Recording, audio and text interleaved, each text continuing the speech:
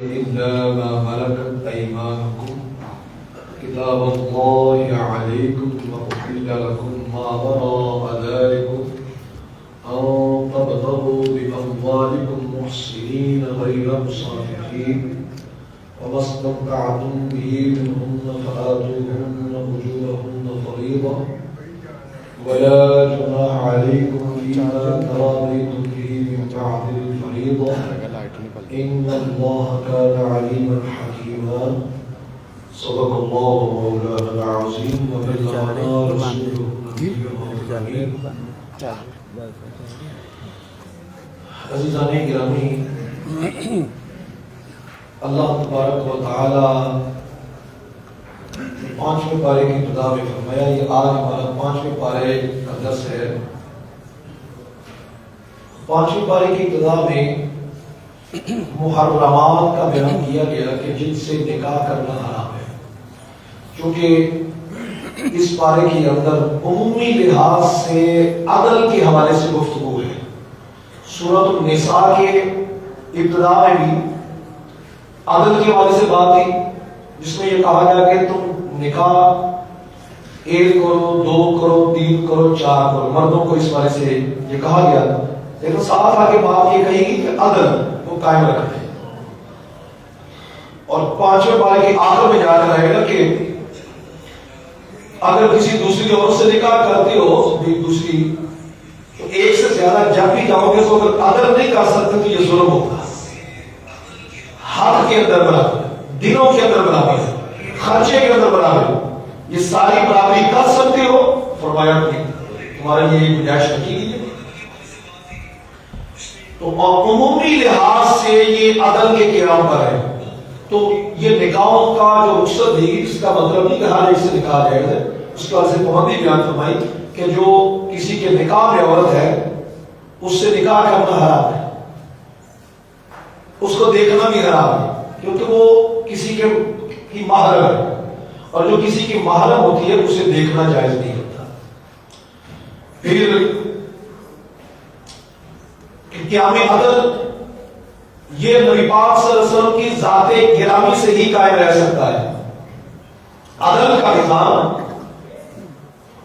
جو بھی حضور بتائیں وہ عدل کے اندر ہی ہوگا، اور اسی کے اندر ہی یہ نظام قائم رہ سکتا ہے۔ تو اب نظامی عدل کے 3 امور بیان ہوئے پانچویں پارے میں۔ نظامی عدل کے حوالے سے 3 امر کو بیان کیا گیا کہ قیام عدل، نظام عدل کا محل کیا ہے، نظام عدل اس کا محل کون سا ہوگا، مقام کون سا ہوگا۔ دوسرا، نظام عدل میں رکاوٹ وہ کون سی چیزیں آ سکتی ہے، اور تیسرا، نظام عدل کا اجرا وہ کس طرح ہو سکتا ہے۔ تو قیام نظام عدل کا جو محل ہے اس کو سمجھنے کے لیے ضروری ہے کہ عدل کا قیام کیا جائے، اور جہاں عدل کا قیام ہوگا وہی عدل کا محل ہوگا۔ تو قیام عدل کے لیے 3 چیزیں سمجھنی ہوتی ہے کہ عدل کو قائم جو کیا جائے گا، یہ اصلاح جو ہوتی ہے، عدل کے اندر اصلاح ہوتی ہے، تو اصلاح یا تو ذاتی اعتبار سے ہو، یہ جو اصلاح کا تصور ہے، یا تو یہ ذاتی اعتبار سے ہوگا، یا ایک گھر کے فرد جتنے ہیں گھر کے افراد کے اعتبار سے ہوگا،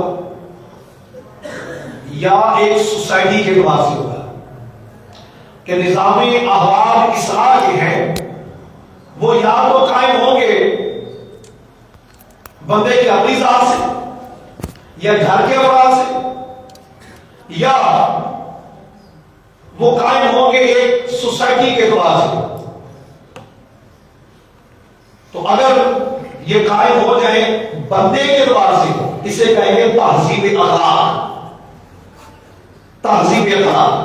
اور اگر ایک گھر کے افراد کے اعتبار سے ہو تو اسے کہیں گے تدبیر منزل، اور اگر ایک سوسائٹی کے اعتبار سے ہو تو اسے کہیں گے سیاست مدنیہ۔ نبی پاک صلی اللہ علیہ وسلم کی زندگی مبارک ایسی ہے کہ جو ایک فرد کی اصلاح کے لیے بھی عدل کو بتاتی ہے، ایک گھر کے فرد اور افراد کے اعتبار سے بھی عدل کو بتاتی ہے، اور ایک سوسائٹی میں نظام ریاست کیا ہوگا، نظام سیاست کیا ہوگا، نظام معاشرت کیا ہوگا، حضور کی زندگی یہ بھی بتاتی ہے. سبحان اللہ. تو نکاح مقصد کے مطابق نکاح یہ تہذیب اخلاق میں آئے گا، اور اسی کے اندر یہ بات کو بیان کیا گیا کہ تمہارا نکاح کا مقصد غیر مصافحات ولا متخذات بالاخدان، صرف یاری لگانے کے لیے نہ ہو، مستی نکالنے کے لیے نہ ہو. تمہارا مقصد نکاح کا صرف یہ ہو کہ پاک دامنی حاصل کرنا ہو اور حصول اولاد. یہ ہے مسلمان کا نظریہ نکاح. ہمارے نوجوانوں کو نکاح کا نظریہ نہیں سمجھ آتا کہ نوجوان جو ہو گئے نکاح، یہ نظریہ تو کافر کا تھا، تیرے اور کافر میں فرق کیا ہے؟ تو تیرا مقصد نکاح کا کیا ہے؟ پاک دامنی حاصل کرنا، خود کی اصلاح کرنا، اور معاشرے کا ایک فرد بننے کے لیے، ایک نظام معاشرت قائم کرنے کے لیے کسی کا سہارا بننا، نام و نفقہ کسی کا اٹھانا، اور نسل کو آگے پروان چڑھانا، اس کی تربیت کے لیے، تعلیم کے لیے ایک نظام قائم کرنے کی ذمہ داری لینا. تو اللہ نے اسی دوران جس کو جوان اور کریئر بنایا، ذمہ داریوں کے اندر رکھ دیا، اور جو یہ بڑھاپے کی طرف جانا شروع ہوا، ذمہ داریاں ہٹنا شروع ہوتی گئی. یہ نظام کیسا ہے؟ رب کے وجود پر بھی عجیب دلائل ہے اس میں. آگے فرمایا گیا کہ تجارت جو کرو لین دین، تو لین دین کا جو نظام ہو باہمی رضامندی سے، حلال ہو اور ساتھ باہمی رضامندی سے ہو. لا تاکلوا اموالکم بینکم بالباطل، ناجائز طریقے سے نہ کھاؤ، سود کے طریقے پر. جو بھی یہ نئی موبائل کی ایپ آ رہی ہے، آن لائن کمائی کرنے کا ذریعہ آ رہے، جی پیسہ رکھے اس کے اوپر پرافٹ ملے گی، یہ کرے آپ کا، یہ گیم کھیلے، گیم کھیلنے کے بعد یہ پیسہ آ جائے گا آپ کو. یہ جوا ہے، جوا حرام ہے. جو سود میں آئے وہ بھی حرام، رشوت میں وہ بھی حرام. تو ان چیزوں سے علیحدہ ہو کر ایک ایپ آئی تھی، تو اس کے اندر پچھلے رمضان کی بات ہے، اس سے پہلے کسی نے مسئلہ پوچھا تو میں نے کہا کہ یہ تو جائز نہیں ہے. نہیں جی وہ باقاعدہ گارنٹی ملتی ہے، حکومت اس کو جاننا. کہ نہیں، حکومت کی طرف سے اتھارٹی نہیں ہے کہ آپ کو اگر فراڈ ہو جائے تو جا کر حکومت کو شکایت کرے، حکومت وہ فراڈ کی جو نقصان ہوگا وہ تلافی کرے گی. جی وہ تو نہیں کرے گی، پھر جائز نہیں. لو جی پچھلے رمضان کے اندر ہی وہ آ گیا کہ کہیں کو فراڈ ہو گیا، وہ باہر گئی. کمپنی رجسٹر ہونے کا مطلب یہ ہوتا ہے کہ جس کمپنی سے آپ کام کریں اس کے لیے شرط ہوتی ہے کہ حکومت اس کی ذمہ داری لے. ذمہ داری کا مطلب ہوتا ہے فراڈ ہوگا تو وہ ذمہ داری بھرے، یہ ضمانت ہے اس کی. لین دین کے اندر باہمی رضامندی ہو، تجارت ہو باہمی رضامندی سے. آگے فرمایا کہ عورت کاروبار اور مرد کاروبار کر سکتے ہیں، لیکن میں نے جو پہلے بتایا تھا کہ مرد کاروبار وہی جو اصول ہے اس کے. عورت کے لیے مزید شرطیں یہ ہیں، آپ نے پردے کا خاص خیال رکھیں. اچھا یہ سارا کچھ ہونے کے باوجود بھی عورت کروڑ پتی ہو، مرد پر لازم ہے کہ عورت کو خرچہ دے. الرجال قوامون على النساء بما فضل الله بعضهم على بعض وبما انفقوا من اموالهم. خرچہ دینا مرد پر لازم ہے. اس کے لیے یہ نہیں ہے کہ کسی گورنمنٹ ملازمہ سے نکاح کرے اپنے گھر میں بیٹھا رہے سکون سے. یہ بیوی جو مل گئی ہے، اور ایک بڑے پیارے شاہ صاحب تھے، ان کے پاس بیٹھے ہوئے کہتے کہ یار دو بابے آپس میں باتیں کر رہے ہیں، ایک کہتا جی میں 9 آندھی ہے، ایک کہتا 10,000 لگتی ہے، تو دوسرا کہنے لگا میں 9 آندھی ہے تو وہ 80,000 رضا ہے. کہ واہ بھائی واہ. تو شاہ صاحب میں نے کہا تسی پھر ATM بھی ہے، اپنے بچوں کو کمائی کرے. بندے گھر بیٹھے ہیں، بی بی کا نکاح میں رہ گیا. قرآن نے اس طریقے کو غلط بیان کیا ہے. مرد کس لیے ہے؟ کمائی کرنا تیرے اوپر لازم ہے کہ خانہ داری کو وہ عورت کو دے، اس کی ذمہ داری تو اٹھا، اس کی ضروریات کی تو پوری کر، پھر اس کا جو کمائی کرنی ہے تیرا کام ہے. گھر کی ملکہ اسے بنا، باہر کا بادشاہ تو بن، کمائی کر کے لا اس کے ہاتھ پر رکھ، کبھی نظام زندگی چلا. بچوں کی تربیت پھر کون کرے گا؟ وہ گھر میں رکھی جو آیا ہوتی ہے، پھر بچوں کی تربیت وہ کرتی ہے. پھر بچوں کی تربیت انہوں نے کیا کرنی؟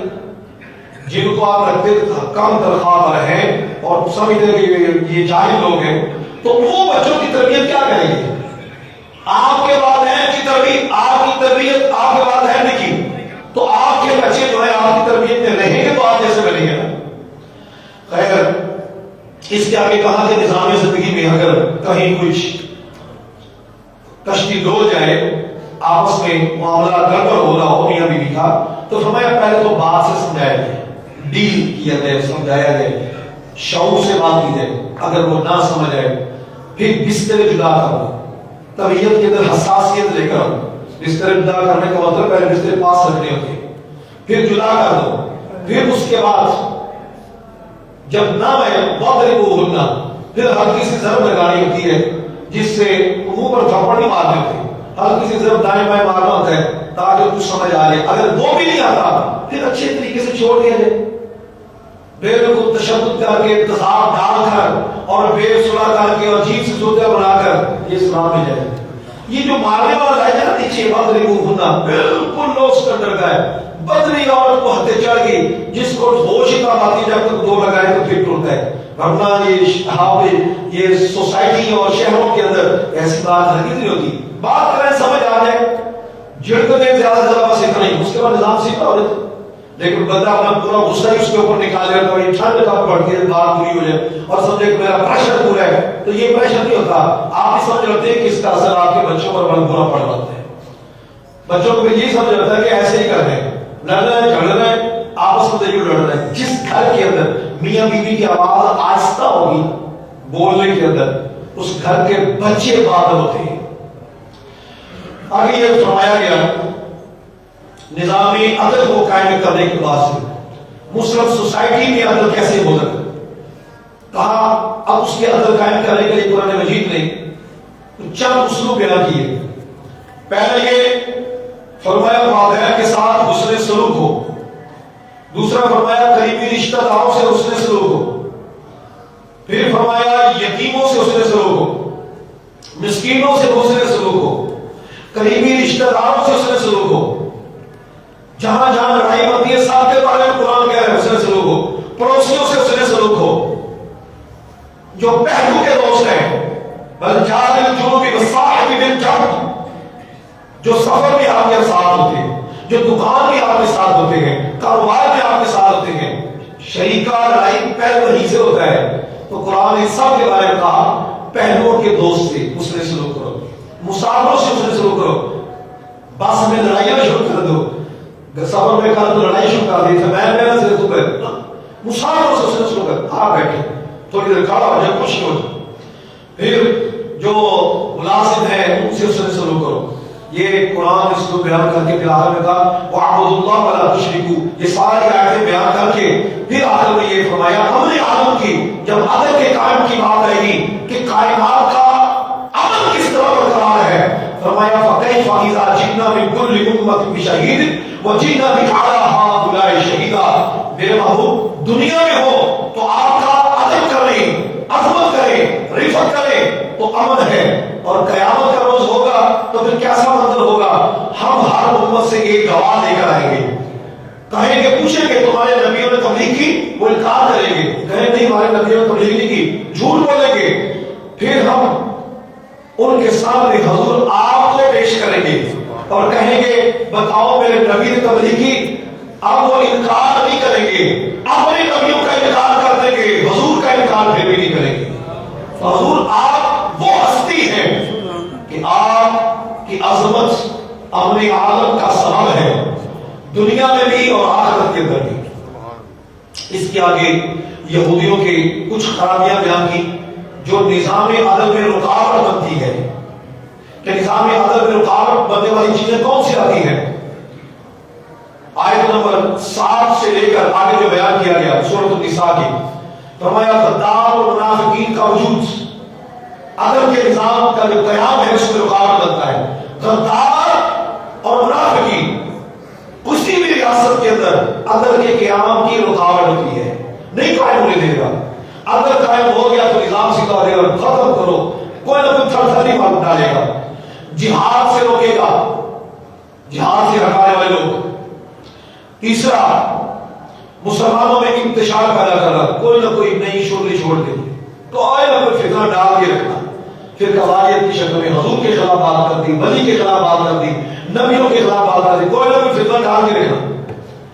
یہ قرآن نے اس حوالے سے بات کر دی، انتشار پیدا، یفسدون فی الارض، زمین میں فساد کرنے والے، قتل و غارت گئی، بظاہر بات ہے جب ایسے حالات ہو جائے بندے اپنے گھر سے بھی نہیں ہوتے تھے.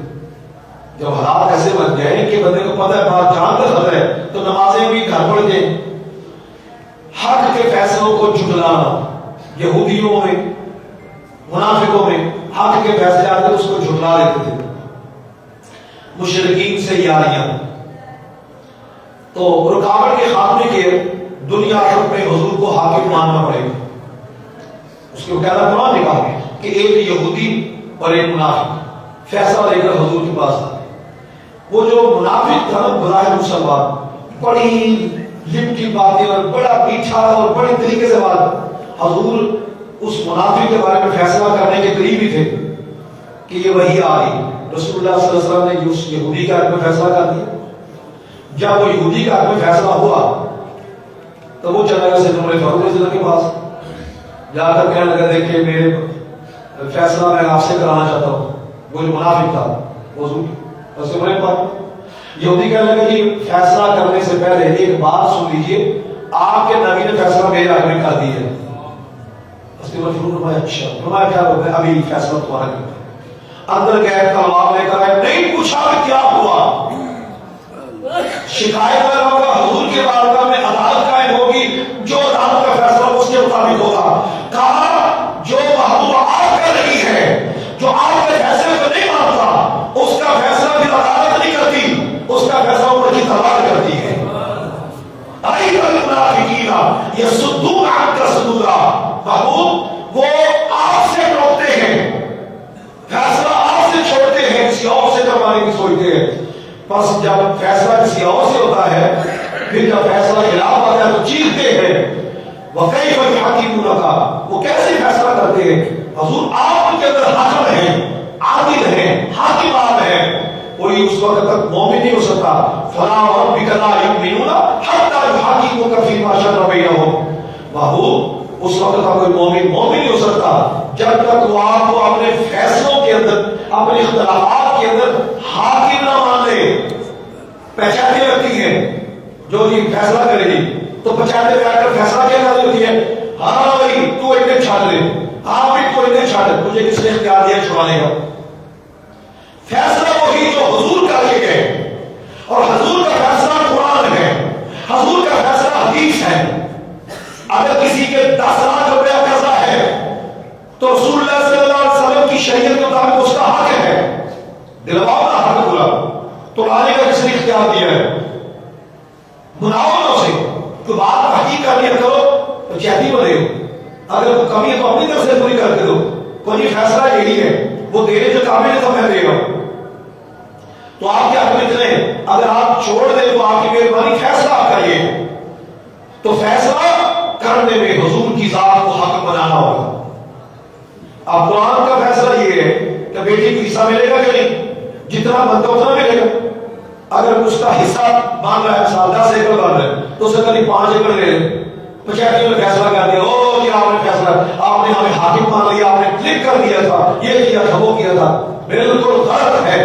امام مقصود نے لکھا ہے سرخسی کے اندر، اور دیگر فقہاء نے لکھا ہے کہ جو فیصلہ قاضی جج بھی شریعت کے خلاف کرے وہ رد کر دیا جائے گا. یہ پنچایت کی کیا حیثیت ہے؟ اس واسطے اس بات کو پیش نظر رکھیے. آپ جب بھی حاکم بنے، پنچایتی بنے، تو بھی میں اس بارے میں شرعی مسئلہ معلوم کروں گا. جو شرعی مسئلہ ہو اس کے مطابق آپ کو بات کروں گا. آپ مان لیں تو مہربان، نہیں تو میرے ہاتھ جڑے. آپ کو کوئی تاج پہ لانا ہے، کیا لالچ ہے؟ لالچ ہو بھی تو جانے کو دے. رسول اللہ کی شریعت سے بڑھ کر کوئی شریعت نہیں. اپنی شریعت کھڑی کر دیں، ہر بندے اپنی شریعت کھڑی کر کے بیٹھ جاتا ہے پنچایتوں کے اندر. رسول اللہ صلی اللہ علیہ وسلم کا فیصلہ وہی حق ہے، قرآن کا فیصلہ وہی حق ہے، اس کا وہ کوئی فیصلہ نہیں ہے. آگے جو آپ آ رہے ہیں چھٹے پارے کے اندر، وہ بڑے کسی کے اندر آ رہے ہیں، بڑے سخت ہے اس کے آگے کہ فیصلہ جو رسول اللہ صلی اللہ علیہ وسلم فرمایا، جو قرآن میں ہے اسی کے مطابق ہوگا. نظام عدل کا اجرا کیسے ہوگا؟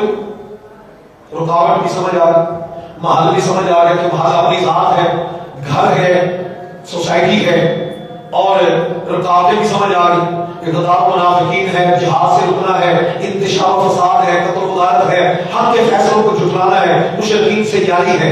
یہ ساری باتیں آ گئی. اب نظام عدل کا اجرا کس طرح ہو سکتا ہے؟ رکاوٹیں ختم کر دی جائے.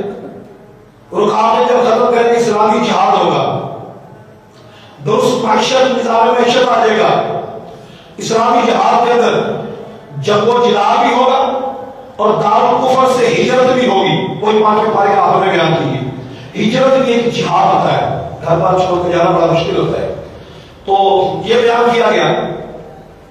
اب غداری کو ختم کرنا ہوگا، حضور کی محبت کو پرمان چڑھانا ہوگا، حضور کی ذات کو حق ماننا ہوگا، جناب عدل قائم ہو جائے گا، جاری ہو جائے گی، یہ مذہب شکتا ہے۔ آگے فرمایا گیا کہ جو ایک صحابی تھے، ان کا جو معاملہ ہوا، نے جب یہ آیت سنی کہ جو ہجرت نہیں کرتے وہ ان کا درجہ کم ہو جاتا ہے اور پھر دارالکفر میں، جب انہوں نے یہ بات سنی تو اپنے بیٹوں کو کہا کہ بھئی مجھے اس طرح کرو، مجھے مدینہ پاک روانہ کر دو۔ وہ پورے تھے،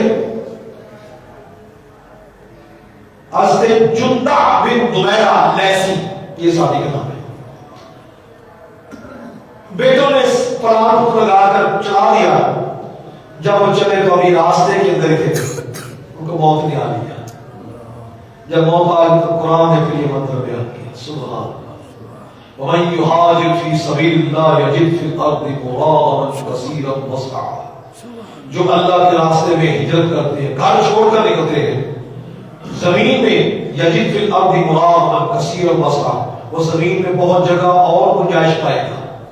نکلے سے ومن یخرج من بیتہ مہاجرا الی اللہ ورسولہ، جو اللہ اس کے رسول کی طرف ہجرت کر کے نکلا، ثم یدرکہ الموت، پھر اسے موت نے آ لیا، فقد وقع اجرہ علی اللہ، تو عرض کی صحابہ نے حضور اس کا معاملہ کیا بنے گا؟ ابھی ہجرت کو پہنچا تو نہیں ہے، فرمایا چل تو پڑا تھا نا، اس کا معاملہ اجر اللہ پر واقع ہو جائے گا۔ وقال اللہ غفورا رحیما، سبحان اللہ۔ آگے کچھ مسائل فقہیہ ہیں جو اس بارے میں آئے، میں اس کو ذرا تذکیہ دیتا ہوں۔ اس کے اندر ابتدائی اسلام کے اندر متع یہ ہوتا تھا کہ ایک وقتی نکاح یہ جائز ہوتا تھا، بعد میں یہ منسوخ کر دیا گیا۔ جس طرح شراب پہلے جائز تھی بعد میں حرام کر دی، تو دھیرے دھیرے احکام نازل ہوتے گئے۔ پھر اس کے اندر بیان یہ کیا گیا کہ نظام ہدایت وہ کیسے قائم ہوتا ہے۔ نبی پاک صلی اللہ علیہ وسلم کی ذات گرامی کو حق بنانے کے اندر، یعنی اس میں عقیدے کے مسائل آ گئے اور اس کے اندر فقہی مسائل بھی آ گئے۔ سلام کا مسئلہ آیا کہ جب تمہیں کچھ سلام کرے تو پھر اس کا جواب اسی طرح دو یا اس سے بہتر طریقے سے۔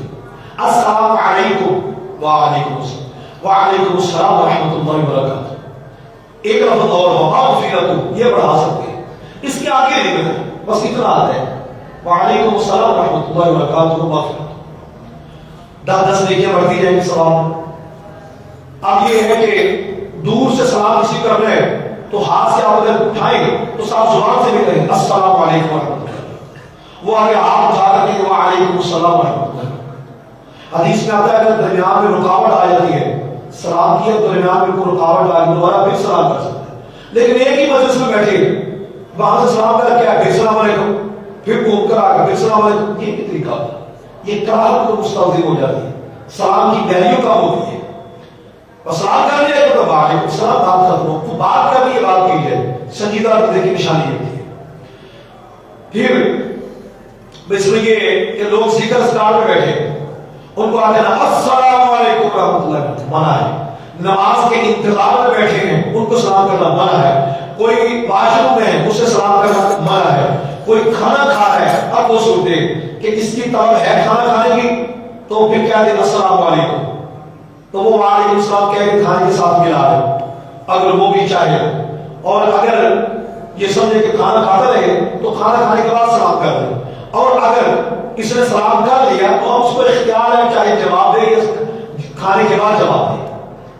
سلام ایک ایسا طریقہ ہے گھر کے اندر برکتیں لاتا ہے، شیطانیت کو ختم کرتا ہے۔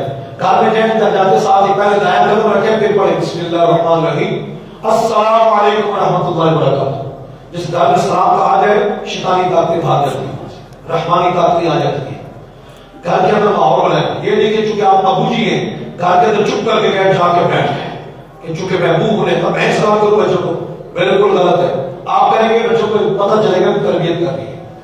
چھوٹے چھوٹے بچوں کو سلام کرنے کا ایک ماحول بنا دیں، بچے کو عادت بن جائے گی بس السلام علیکم وعلیکم السلام. موبائل میں جو سلام بھیجتے ہیں اس کا موبائل کے اندر جو پیسے کے لیے سلام بھیجتا ہے تو اس کے بارے میں جو محتاط فقہا ہے وہ یہی کہتے ہیں کہ اس کا بھی وعلیکم السلام سے جواب دے دیا جب اس کو پڑھا جائے.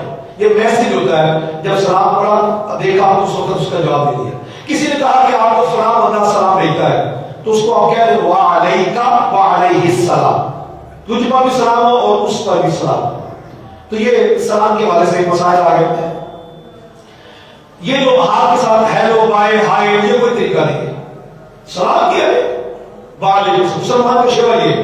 غیر مسلم سے سلام کے حوالے سے مسئلہ یہ آتا ہے، تھوڑے بارے اکثر آتے ہیں تو ان کو کیا سلام کر سکتے ہیں جب وہ کہتے ہیں السلام علیکم جب کیا کریں ہم، تو اس کے بارے میں طریقہ یہ رکھیں کہ ان کو چونکہ وعلیکم السلام کا کلمہ یہ مسلمان کے لیے مسلمان کے لیے. تو آپ اگر کسی غیر مسلم کو سلام کہیں گے تو یہ آپ نے اس کو اسلام کا کلمہ دے دیا. نہیں ایسا نہیں، میرے بہت جناب کیا حال ہے ٹھیک ہو بس یہ وہ آ کے السلام علیکم تو یہ ہو ٹھیک ہے آپ اتنا، یعنی وہ لفظ سلام کو ختم کرے کافر کے لیے. یہ حق مسلمان کا ہے تو پھر چاہیے کہ مسلمان کے ساتھ سلام کیا جائے ایسے ہی. اچھا پھر یہ ہوتا ہے السلام علیکم، السلام علیکم یہ کوئی طریقہ نہیں. السلام علیکم یہ ہوتی ہے نا تو انہوں نے آ کر حضور کی بات میں السلام علیکم جب کیا ام المومنین سیدہ شریفہ رضی اللہ تعالیٰ عنہا پردے کے اندر تھی گجرے میں، انہوں نے سن لیا. انہوں چونکہ جلالیہ تھی وہیں پر ہی لعنت ترشم کر دی یہودیوں تم پر لعنت ہو، تو میرے ساموں کا مطلب ہوتا ہے تم پر موت ہے. تو حضور نے آگے سے کہا کہ وعلیکم. اب جب یہ سیدہ ام المومنین نے جب یہ دیکھا تو انہوں نے کہا تم پر لعنت ہو ایسا ہو ایسا ہو. حضور جلدی سے اندر گئے، آپ نے جا کر فرمایا کیا مسئلہ ہے، آواز بڑی باہر آ گئی. حضور ان کی بات سنی، فرمایا میں نے بھی تو وعلیکم کہہ دیا ہے، جو کچھ ہوا ہے ان پر پڑ گیا ہے. تو اس واسطے ان چیزوں کو پیش نظر کریں. یہ جو سمجھ لو ٹیڑھا نہ کر دیں السلام علیکم جو طریقہ کار مسلمان کا. اچھا یہ بڑی عجیب سی ہے تو کہتے ہیں السلام علیکم اور تمہیں نہیں بڑا السلام علیکم کہہ رہے ہو. حقیر کی میں نے کلمہ اسلام کے کسی حکم کو حقیر کیا وہ اگر دار اسلام سے خارج ہو جائے گا. یہ کوئی معمولی بات نہیں ہے. قرآن حکم دے رہے ہیں وَإِذَا حُيِّيتُم بِتَحِيَّةٍ جب تمہیں کو سلام کرے فَحَيُّوا بِأَحْسَنَ مِنْهَا اسی سے اچھے طریقے سے کہو اسی کو لوٹا دو. السلام والسلام جو سلام کھانی گئے اس کو السلام کہتے ہیں. آگے نام مکے کا یہ نام مکہ میں نے بتا دیا کہ یہ مرد پر لازم ہے اتنا جتنا یہ طاقت رکھتا ہے. ایک بندہ کی طاقت وسعت جو ہے وہ اتنی ہے کہ بس روٹی شوٹی دے سکتا ہے، مناسب کپڑا دے سکتا ہے. تو اس سے ہر سیزن کے اندر 5 کپڑوں کی ڈیمانڈ رکھنی یہ مناسب نہیں ہوتی. نماز قصر اس کے حوالے سے مسائل ہے. 92 کلومیٹر پر مسافت سفر ہے لیکن آبادی سے نکل کر.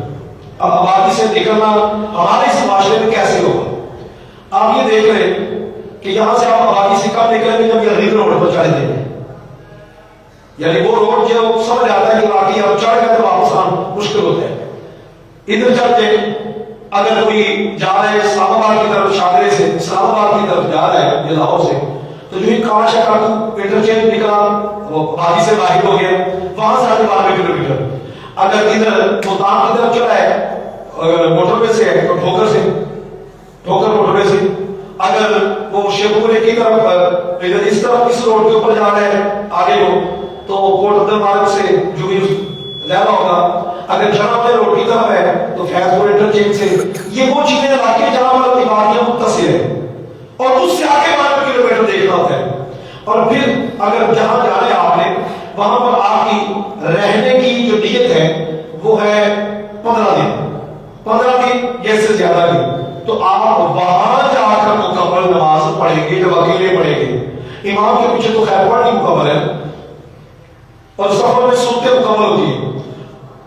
سفر میں سنتے میں کثر نہیں ہوتی. اس میں اتنی گنجائش ہوتی ہے اگر نیچے جگہ ہے تو کمر پاڑ کے نیچے بیٹھ کے پڑھ، یعنی سواری سے اتر کے پڑھ. اگر سواری چل بھی رہی ہے تو اشارے کے ساتھ جدھر مرضی سواری کا رخ ہوتا جا رہا ہے پڑھتا ہے اس کی ادا ہو جائے گی. اور اگر 15 دن سے کم کی نیت ہے، 15 دن سے کم کی نیت ہے تو پھر سفر جو وہاں جائے گا تو وہاں جا کر قصر پڑے گا. اگر 15 دن سے کم کی نیت ہے پھر وہاں جا کر کم پڑے گا، 2 پڑے گا، زور کی 2 پڑے گا فرض، اثر کے 2 فرض پڑے گا، عشاء کے 2 فرض پڑے گا. لیکن مسئلہ یہ ہے کہ جو درمیان میں سفر ہے وہاں جا کر 15 دن کی نیت ہو یا وہاں جا کر نیت ہو 14 دن کی نیت ہو تو وہاں پر مسئلہ یہی ہے کہ دوران سفر آپ قصر پڑیں گے، دوران سفر آپ نے قصر ہی پڑھنی ہے. بات سمجھ آ گئی؟ نشے کی حالت میں نماز نہیں ہوتی. بالکل یہ مجھے مسئلہ اس میں آیا کہ نشے کی حالت میں نماز نہیں ہوتی.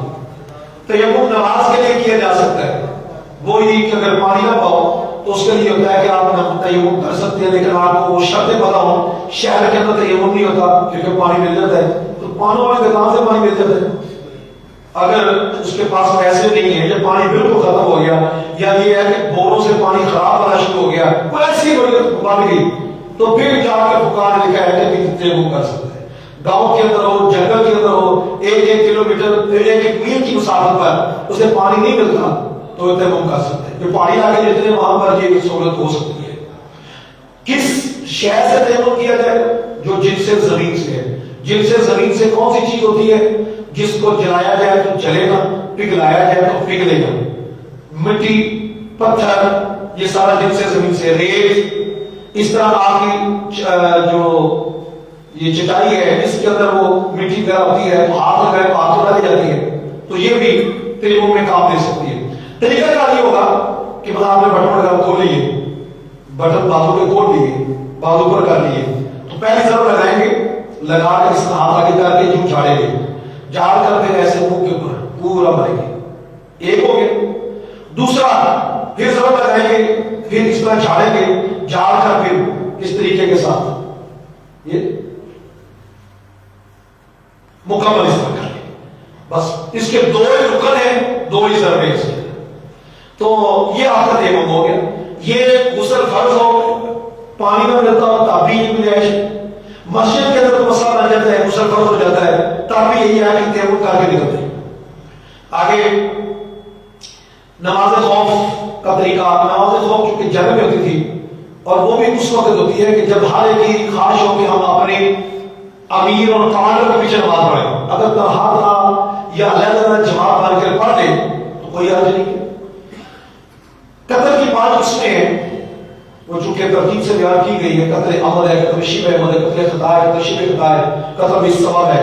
تو خیر اس کے اندر یہ سمجھیں کہ منافقین کے بیان کے بعد اس کے بیان کرنے کا مقصد یہی ہے کہ منافقین جو ہیں، یہود اور منافقین مسلمانوں کے قتل کی خواہش رکھتے ہیں، ان کے انتظار میں رہتے ہیں کہ کوئی ایسا معاملہ ہو کہ ان کے قتل کا سبب بنے. جو تعاون کفر کی طرف سے آئے، یہود کی طرف سے آئے، اس کے اندر سازش ہوگی مسلمانوں کی قتل کی. اب آپ یہ رات کھل رہے ہیں، یہ پولیو کے قطرے کے ابھی رات کھل رہے ہیں تو یہ مسلمانوں کے خیر خانے ہیں. عقیدے کے مسائل سے یہ بیان کیے گئے. اچھا یہ جمع بین الصلاتین کا مسئلہ سمجھ لیں. 2 نمازوں کو اکٹھا کر سکتے ہیں، ظہر اور عصر کو اکٹھا کر سکتے ہیں یا مغرب اور عشاء کو اکٹھا کر سکتے ہیں. ہماری اس میں تحقیق یہ قرآن مجید کی آیت کریم ہے. قرآن کہتا ہے ان الصلاۃ کانت للمؤمنین کتابا موقوتا. نماز مومنوں پر مقررہ اوقات میں فرض کی گئی. تو ہر نماز کا وقت الگ ہے. جن احادیث میں آیا کہ 2 نمازیں اکٹھی کی گئی ان کا مطلب یہ ہے کہ مثلا زور کی نماز اگر مثال دیتا ہوں 4:25 پر ختم ہو گئی تو صحابی نے 4:20 پر نماز ظہر شروع کی، 24 میں مکمل کر لی. آگے 1 منٹ کا وقفہ پڑا، ساتھ عصر کا ٹائم شروع ہو گیا، ساتھ عصر پڑھ لی. دیکھنے والے نے کہا 2 نمازیں اکٹھی کی. تو یہ جمع سوری ہے، جمع حقیقی نہیں ہے. ہر نماز کو اس کے وقت میں ادا کیا گیا ہے. ہاں خانہ کعبہ کے اندر جب حج کے دنوں میں جائیں تو چونکہ رسول اللہ صلی اللہ علیہ وسلم نے آپ نے یہ خاص اور تخصیص کی ہے، یہ تعدد سے ثابت ہے. یہ عمل وہاں پر ہو سکتا ہے, حج کے دنوں کے علاوہ یہ نہیں ہو سکتا. حج پر قیاس نہیں ہو سکتا. حج میں لباس کا معاملہ ہو رہا ہے, رہن سہن کا معاملہ ہو رہا ہے, وہاں تو معاملہ ہی سارا الگ ہے. عقیدہ کا مسئلہ جو آج کے پارے میں آیا وہ یہ سمجھ لگا کہ فیصلہ حکم حضور کا ہی ہے, اور اطاعت جو حضور کی ہے وہ اللہ کی اطاعت ہے. شرک کی اس والے سے وضاحت آئی اس میں کہ اللہ شرک کو نہیں بخشے گا. شرک کس کو کہتے ہیں؟ اللہ کے علاوہ کسی کو معبود بنانا, اللہ کے علاوہ کسی کو عبادت کے لائق سمجھنا. داتا خواجہ کو کوئی عبادت کے لائق نہیں سمجھتا. کوئی سنی سے کمزور علم والا بھی اسے کوئی پوچھا ہے کہ یہاں پر کیوں آیا ہے, یہ اللہ ہے, وہ کہے گا توبہ کرو جی, یہ اللہ کے بندے ہیں, اللہ کے پیارے بندے ہیں, یہاں آئے ہیں, یہ والد دعا کریں گے اللہ مہربانی فرما دے گا. سادے لفظ ہو گئے اس کے. تو خام مسلمانوں کو مشرک بنانا اور کہہ چکے وہ کھڑے بتوں کو پوجتے ہو, تم لیٹے بتوں کو پوجتے ہو. اللہ کے مطلب وہ خدا مان کر پوجتے ہیں, پوچھتے ہیں ان کو. ہم نہ خدا مانتے ہیں نہ پوچھتے ہیں. تعظیم جو کرتے ہیں وہ تو قرآن و حدیث سے ثابت ہے. تابوت سکینہ تبرکات کی تعظیم قرآن میں آئی. تابوت میں کیا تھا؟ فوج کا بزرگوں کے تبرکات. حدیث سے تجربہ کرتے نبی پاک صلی اللہ علیہ وسلم کے وصال ہوا کے بعد مستدرک کی بھی روایت ہے, مسلم احمد بن حنبل کی بھی روایت ہے. حضرت ابو ایوب انصاری رسول اللہ صلی اللہ علیہ وسلم کے روضہ مبارک کے پاس بیٹھے رو رہے ہیں. پیچھے سے مروان بن حکم آیا, اس نے کندھا پکڑ کر جھنجھوڑا. اسے نہیں پتا تھا کہ یہ میزبان مصطفیٰ حضرت ابو ایوب انصاری ہیں. جھنجھوڑ کر کہنے لگا کیا کہہ رہے ہیں؟ تو آپ نے جب آنکھیں اٹھائی, وہ جو سرخ آنکھیں پوری ہوئی سی, گریہ وزاری کی کیفیت تھی. حضور کے فراق اور محبت میں پتہ کیا مانگ رہے تھے. ایسے آپ اٹھا کر دے کر فرمانے لگے کہ آپ پتھر کے پاس بیٹھا ہوں. بتانا مقصد تھا حضور کے پاس بیٹھا ہوں, حضور سے التجائیں ہو رہی ہیں. تو یہ روایت مستدرک کے اندر بھی موجود ہے, مسلم احمد بن حنبل کے اندر بھی موجود ہے.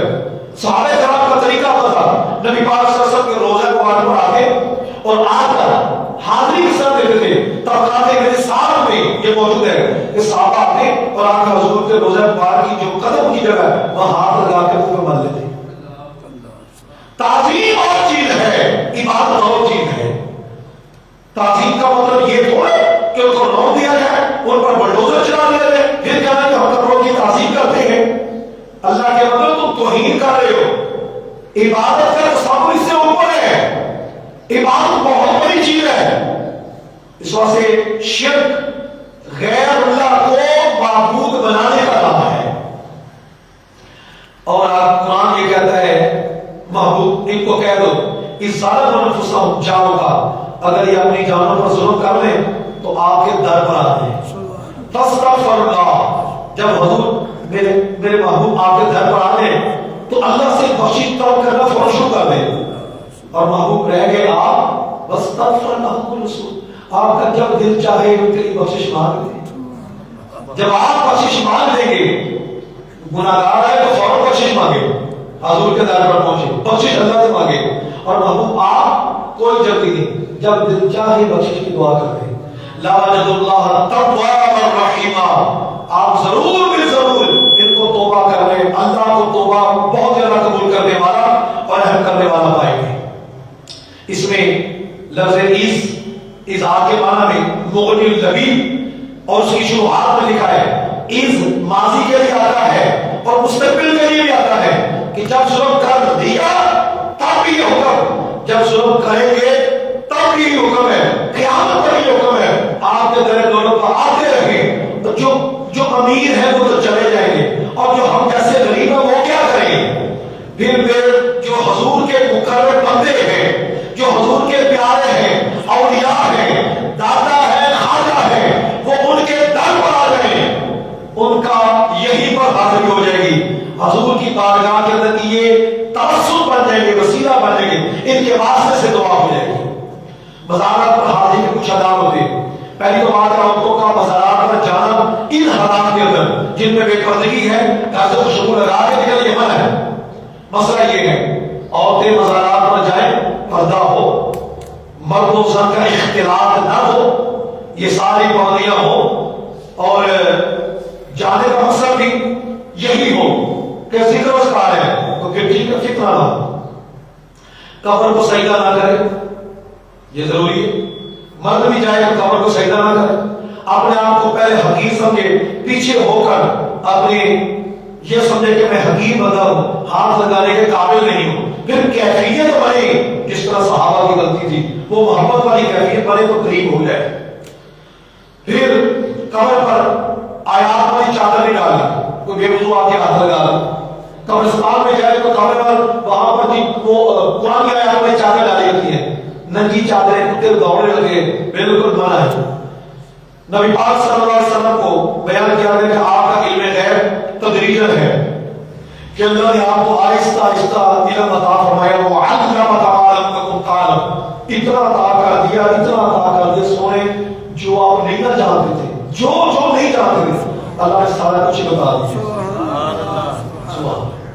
تو حاصل کلام یہ ہوا کہ 5ویں پارے کی ابتدا میں تہذیب اخلاق، تدبیر منزل، سیاست مدنیہ، عورتوں کے مسائل ذکر کرنے کے بعد، یعنی اپنی اصلاح گھریلو درستگی، اجتماعی درستگی کرنے کے بعد، عورتوں کے مسائل ذکر کرنے کے بعد، یہودیوں، مشرکوں اور منافقوں کے اسلام سازش معمولات کا رد کرنے کے بعد جہاد کا بیان ہوا، پھر عورتوں کے مسائل بیان کر کے منافقین کی مذمت بیان کی، جس سے واضح ہو گیا کہ جس طرح گھریلو نظام کی درستگی میں عورتوں کا خیال رکھنا، دیکھ بھال کرنا ضروری ہے، اس طرح نظام سیاست کے اندر منافقین کی چالوں اور شرارتوں سے بچنا بھی ضروری ہے۔